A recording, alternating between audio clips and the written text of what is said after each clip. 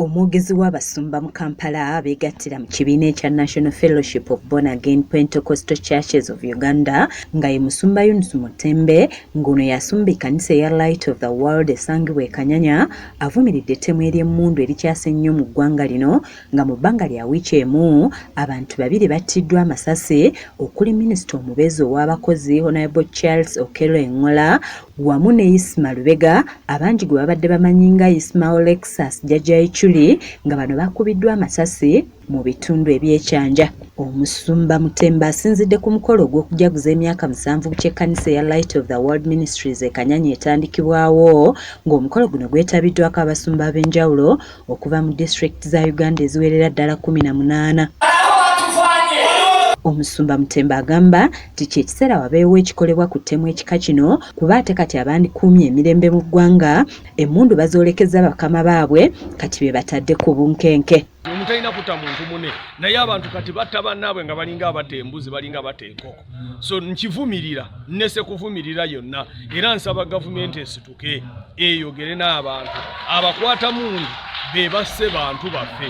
Abasumba ab'enjawulo nabo baliko amagezi ge bawadde gavumenti ge bagamba nti gandiyambako okweŋŋanga wamu n'okumalawo ettemu ekika kino. Okuteekateeka emitima gy'abantu, okuteekateeka abantu engeri gye basobola okweyisaamu, nate ne tusomesa ne tuyigirizibwa engeri gye tusobola okuteekateekamu abantu eneeyisa yaabwe n'okubamanyisa Katonda. Abantu babemu n'okutya Katonda n'okukakana mu maaso ga Katonda. Gavumenti egezeeko okuregulatinga kuba ku mmundu ezo eziri ebweru awo.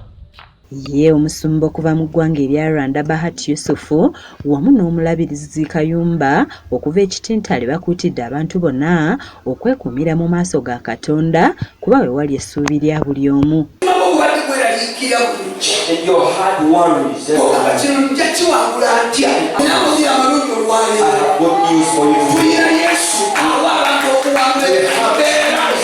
Kiyamba ne society ne bobeera nabo ne bokola nabo ne botambula nabo the whole community benefits kubanga gwakyuse osooka gwe kukyuka then community neryoka eganyirwa.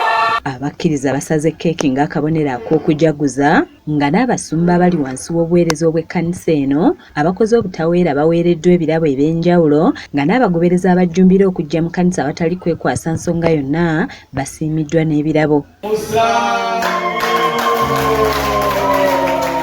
Omulabirizi Yunus Mutembe nga yalabirira ekkanisa za Light of the World mu ggwanga lyonna annyonnyodde ku kusoomoozebwa kwe bayiseemu mu myaka gino 7. Yaŋŋamba bwe nali nkupangisa amaka nakuwa nyumba ne compound naye kati mu compound otaddemu bizinesi kati bizinesi nange njagala njiganyulwemu.